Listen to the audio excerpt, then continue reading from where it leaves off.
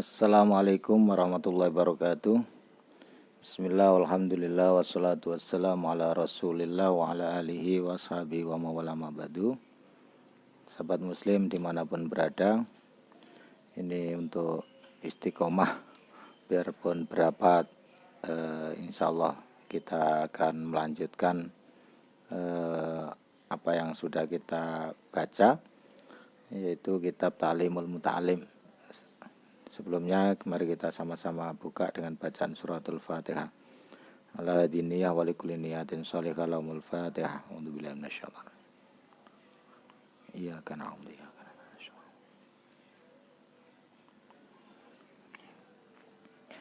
Terima kasih. Kita melanjutkan pengajian kitab Ta'limul Muta'alim sampai halaman 37.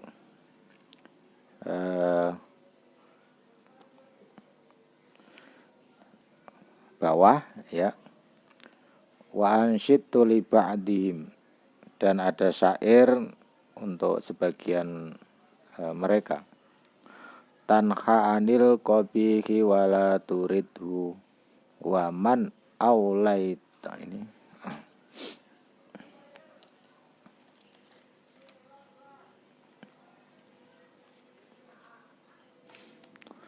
tanha anil qabihi wala turidhu wa man aulaitahu hasanan fasidhu satukfa min aduwika kulli kaitin idza kadal adu fala takidhu. Tanha anil qabihi, menghindarlah dari sesuatu perbuatan yang buruk. Wala turidhu, dan jangan dekat-dekati. Ya, enggak usah uji coba lah kalau ada persoalan yang buruk itu. Kalau ada orang perilakunya jelek, dihindari saja. Enggak usah coba-coba mendekati. Waman aulaitahu, waman dan siapapun orangnya, aulaitahu yang pernah Anda perbaiki, yang pernah Anda bantu, yang pernah hasanan dengan kebaikan, fasidu, maka tambahinlah kebaikan. Ini teman-teman sahabat semuanya untuk istiqomah ya, satu syair dua syair saya baca, bahwa kita ini ada prinsip yang menarik, bahwasanya kita ini diperintahkan untuk menghindar segala keburukan. Nah, ini terutama buat mahasiswa, buat santri, karena bagaimanapun masih pemula, sehingga kalau kita terbiasa menghindari persoalan orang yang perilakunya buruk, insya Allah selamat. Meskipun orang tersebut pernah kita baikin, pernah kita tolong, nggak usah kita ungkit-ungkit apa yang perbuatan kebaikan kita. Kalau perlu justru tambahi kebaikan kita untuk orang tersebut. Jadi ini prinsip saya kira penting ya. Memang agak susah, tapi kalau sudah dibiasakan, insya Allah kita akan ya ibaratnya kalau program itu sudah diinstal, jadi ibarat HP itu sudah ada satu program yang diinstal, udah nempel di dalam tubuh kita, insya Allah itu akan secara otomatis bisa berjalan sesuai dengan program yang dibuat itu. Satukfa min aduwika kulli kaidin, cukuplah musuh kalian ini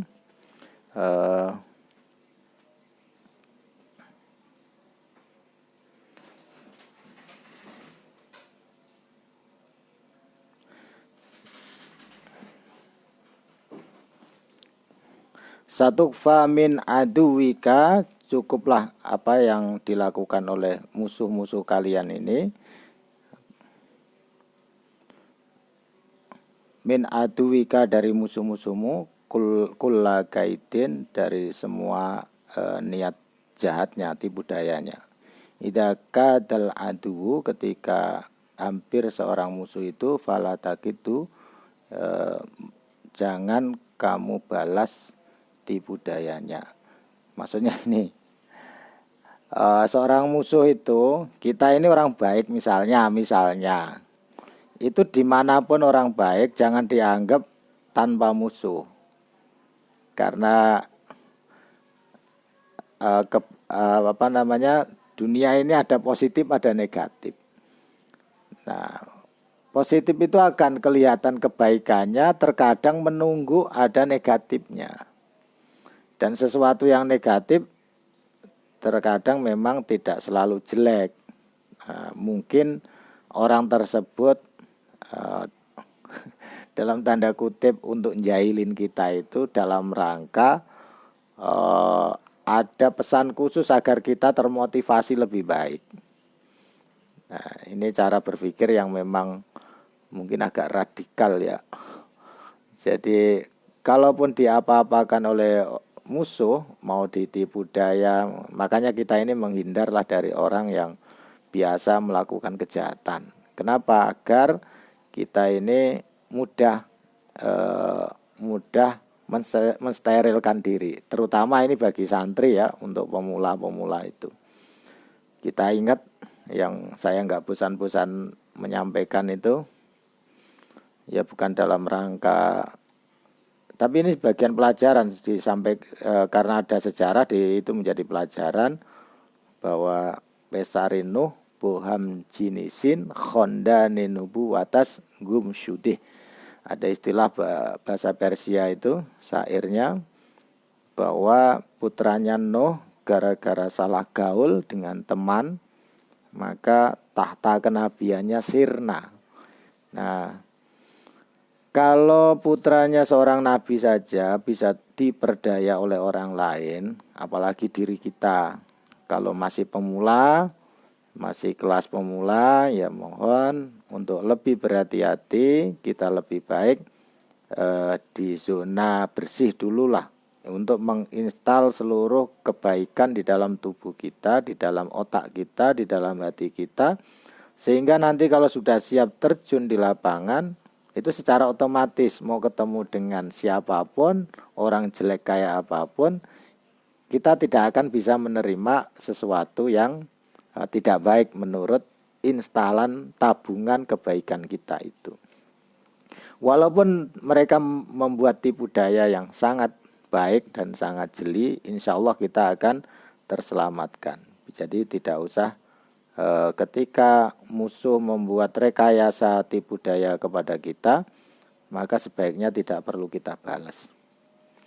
Biarkan saja daripada capek-capek sesuatu yang tidak jelas.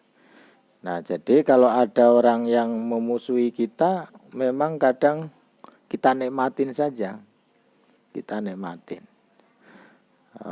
Karena setiap orang baik itu bukan berarti sepi dari orang yang membenci. Dan ciri orang alim itu kadang ada yang membencinya. Ada yang membencinya. Kalau nggak ada yang membenci, jangan-jangan memang belum alim sungguhan. Wallahu alam, ini canda yang paling terakhir. Wa unsitu li Syekhil Umaidi Abil Fatski al Bustani rahimahullahu ta'ala, dzul akli la yaslamu min jahilin yasumuhu dzulman wa i'nata fal yakhtaris silma ala harbihi wal yaltazimil insota. Ada syair lagi dari Syekh Umaidi ya, beliau membacakan syairnya bahwa orang yang pandai itu tidak lepas dari ulah orang yang bodoh. Dzul akli la yaslamu min jahilin. Kok. Jadi memang orang cerdas, orang pintar itu tidak akan, maksudnya layas lamu, maksudnya tidak harus dimanain apa adanya ya. Kalau di sini kan ngeri juga kalau dzul akli layas lamu min jahilin. Orang yang cerdas itu tidak akan selamat dari nyinyirannya orang bodoh. Kok enggak selamat sih? Maksudnya tidak seperti letterlek itulah. Tapi maksudnya orang yang punya keinginan baik, orang yang punya akal cerdas, jangan dianggap jalannya mulus. Pasti ada rekayasa orang bodoh untuk menjatuhkan. Itu biasa, wajar. Nah, jangan-jangan kalau ini nanti teman-teman itu sudah mengalami tingkatan itu, jangan-jangan memang derajatnya sudah masuk kelas itu. Jadi masuk kelas intelektual, jangan-jangan kalau ada orang merekayasa, menjatuhkan, berusaha menjatuhkan Anda, nanti teman-teman mahasiswa itu nggak usah ragu, justru harus bersyukur. Jadi bersyukur bahwasannya kalau ada orang yang berusaha menjahilin kita, kita bersyukur, jangan-jangan kita menurut Allah Subhanahu wa taala sudah naik kelas. Nah, maka kalau ada yang menjahilin, terima kasih saja. Nah, di syair yang sebelumnya, semakin kita berterima kasih, semakin kita tambahi kebaikan kita terhadap orang yang menjahati kita, itu otomatis secara tidak langsung dia yang kita baikin itu akan tersiksa batinnya. Kenapa? Karena orang yang berusaha mengusilin kita, menyinyirin kita, nggak tahu bahasa Indonesia pasnya yang seperti apa, yang kira-kira mengganggu kita itu, yang ngusilin segala macam, memang punya niatan agar amarah kita itu tampak oleh publik. Nah, sementara kita sudah latihan untuk menahan nafsu, latihan untuk agar tidak terpancing, maka dengan tidak terpancing itulah itu yang menurut di sini kemungkinan besarnya akan dinaikkan derajatnya. Nah, jadi ini prediksi saya ya. Nah, karena di sini dzul aqli la yaslamu min jahilin. Jadi jangan dianggap orang yang calon intelektual, calon ulama itu jalannya mulus tanpa diganggu oleh orang-orang yang jahil. Orang jahil tidak selamanya orang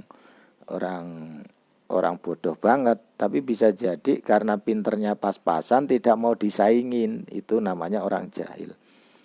Yasumuhu dzulman wa i'tanan. Jadi saya ulangi lagi bahwa orang-orang yang pandai itu, orang-orang yang cerdas tidak akan lepas dari ulah orang yang bodoh, yang disengaja untuk mempersulit, yasumuhu dzulman, yang dirancang untuk menganiayanya ya. Yang dirancang memang untuk mendalimi dia agar sulit, biar nggak bergerak, biar nggak terkenal, biar dirinya saja yang terkenal. Nah, tapi memang kita niatnya harus dipaskan ya, melakukan sesuatu nggak usah kepengen terkenal, biasa saja, kayak pengajian yang datang berapapun ya disyukurin saja. Kalau yang datang sedikit berarti harus lebih bersyukur. Kenapa? Karena yang dicerdaskan cuma orang sedikit. Tapi kalau santrinya banyak itu coba didatengin banyak orang, otomatis kan punya kewajiban dan niat sungguh-sungguh mencerdaskan semua orang yang datang ke kita. Jadi bebannya lebih besar. Ya tentu saja as-sawab ala qadri ta'ab ya.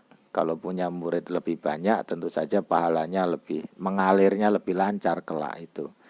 Karena setiap muridnya kalau mau ngajar pasti juga kirim Fatihah. Kalaupun tidak kirim Fatihah, itu insya Allah secara otomatis bahwa ilmu yang diajarkan, yang didapat dari gurunya juga ikut dapat kebagian berkahnya. Kan man sanna sunnatan hasanan ya. Barang siapa yang mengerjakan kebiasaan baik, falau ajrun, maka dia punya hak untuk mendapatkan pahala. Nah,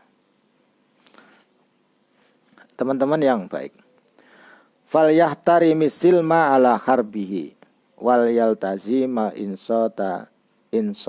Jadi dia memang ingin menzalimi dan mempersulit orang yang cerdas itu. Jadi orang yang usil itu pasti banyak.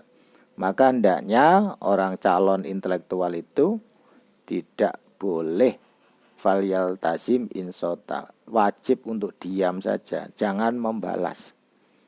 Jadi lebih baik banyak diem kalau sedang dimusuhi. Kalau kita ini terpancing, ya dia akan gembira, itu tepuk tangan, dia akan tepuk tangan, hore, berhasil rencananya.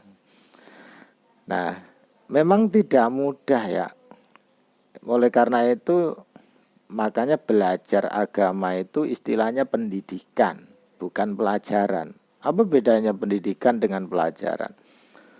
Ada istilah pelajaran matematika, pelajaran IPA, pelajaran kimia, pelajaran biologi. Tapi coba yang namanya pendidikan itu pasti, kalau agama pasti pendidikan. Kemudian ada pendidikan akabri. Nah, coba bayangkan kalau pendidikan itu tidak nurut sesuai dengan mursyidnya, itu repot. Kenapa? Karena nanti di pendidikan militer misalnya, disuruh baris berbaris, hadap kanan, hadap kiri, lalu diprotes. Saya nggak setuju kalau hadap kanan itu beloknya ke sini, mestinya begini. Ini saya nggak setuju. Ini sudah model lama, kalau hadap kanan ke sini. Ini kata siapa ini selalu kanan? Kenapa nggak kita setujui ulang bahwa ini kiri? Wah, didebat. Nah, pendidikan itu adalah sesuatu yang diajarkan dan dilaksanakan. Kita ajarin sholat, ya laksanakan. Itu namanya pendidikan agama. Jadi bukan beda dengan pelajaran atau ilmu pengetahuan. Kalau pelajaran kita pelajari, sudah tahu ilmu matematika, ilmu IPA, tapi tidak kita gunakan, itu kan nggak masalah, nggak ada beban. Tapi kalau pendidikan agama, pendidikan militer, mau tidak mau ya komandonya seperti itu. Makanya di sini memang sebaiknya latihan ya, sejak dari sekarang. Tadi ini ada beberapa syair.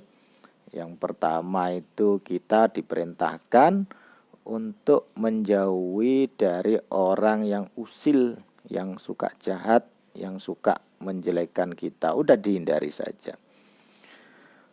Dan kalaupun kita punya saham kebaikan terhadap dia, dia itu kan sudah saya kasih begini, saya kasih begitu. Nah, itu nggak usah diungkit-ungkit. Kalau perlu tambahi dengan kebaikan yang kita lakukan itu. Kalau kita mampu, ya udah, pokoknya kalaupun sakit hati nggak usah dinampakkan, kasih aja kebaikan itu. Nah, makanya dia biarlah membuat tipu daya yang banyak, biarkan saja. Nah, jadi nggak usah direken, nggak usah diperhitungkan. Karena kalau kita terpancing dengan rekayasanya, kemudian kita membuat rekayasa baru, itu sangat menghabiskan energi, itu tidak baik. Nah, yang diingatkan oleh mu'alif di sini bahwa, saya ulangi lagi, bahwa setiap orang calon intelektual, calon ustadz, calon kiai, itu jangan dianggap jalannya mulus-mulus saja. Pasti ada orang yang usil, itu biasa saja. Ini sudah dari dulu. Coba bayangkan siapa tokoh yang hebat, yang bagus tanpa ada rintangan satupun. Nabi saja juga banyak rintangannya, apalagi kelasnya kelas ustadz. Kelas ya, tapi memang nggak separah dulu ya, sudah agak turun lah. Mungkin kelasnya kan beda juga, kelas nabi sama kelas ustadz sama kelas kiai. Nah, kalau kelas nabi mungkin agak berat sekali itu, sampai dikejar-kejar, diantemin batu. Nabi Muhammad kan pernah tuh diantem batu sampai giginya rontok gitu. Nah, itu kalau di cerita penduduk Antioquia itu di surat Yasin, kan ada juga itu, seorang dai utusannya Nabi Isa sampai dirajam oleh orang yang diajak baik. Nah, kalau sekarang ustadz datang, udah lebih enak, biarpun datangnya belakang, tetap duduknya di depan, minumnya lah yang lebih berkualitas daripada jamaahnya. Dan lebih enak lah pulang bawa berkat. Enak zaman sekarang ini. Nah, tapi jangan dianggap semuanya langsung enak begitu. Selalu ada rintangan, selalu ada cobaan. Maka kita harus falyahtari silma ala harbi. Kita ngambil jalan aman aja lah daripada lebih sibuk memusuhinya. Wal yaltazimal insota insota, dan kita lebih baik banyak diem saja kalau dinyinyirin. Nah, makanya ajiannya Gus Dur itu ya gitu aja kok repot. Nah, ternyata banyak ya syair yang ngasih pemahaman ini. Dan itu sudah sangat jelas ya Qur'annya. Saya dulu juga ini Gus Dur sering bilang menyampaikan gitu aja kok repot, ada enggak dalil Qur'annya. Nah, itu saya dapat dari kiai saya itu, padahal saya di Jakarta, kiai saya di kampung. Dalilnya mana Pak Kiai? Nah, itu dalilnya itu wa ibadur rahmanil ladina yamsuna fil ardi auna wa idza khatabahumul jahiluna qalu salama. Jadi kalau ada menjadi hambanya yang maha rahman itu maha kasih, jalan di atas bumi ini ya penuh dengan ketawaduan, ketundukan, ya santai, tenang, ya, dihasutin ya santai saja. Kalau wa idza khatabahumul jahiluna qalu salama, ketika orang bodoh-bodoh, orang usil-usil itu nyinyirin kepada kita, ngusilin kepada kita, maka qalu salama. Yes, gitu aja kok repot. Ya sudah, dianggap aja. Yang penting dianggap rukun aja, damai meskipun dia memusuhin kita. Saya kira itu ya untuk pertemuan malam ini. Nanti besok kita semoga kita bisa melanjutkan lagi. Kalau minggu biasanya mulainya agak siang karena saya biasanya ngisi ngaji dulu di masjid. Habis subuh ngisi di masjid, kemudian setelah itu baru nambahin ngaji yang kita baca ini taklim. Sekian, terima kasih atas keikutsertaannya, atas perhatiannya. Kita tutup dengan bacaan wal asr. Bismillahirrahmanirrahim. Wal asri innal insana lafi khusrin illa illal ladzina amanu wa amilus solihati wa tawassaw bil haqqi wa tawassaw bis sabr. Wassalamualaikum warahmatullahi wabarakatuh.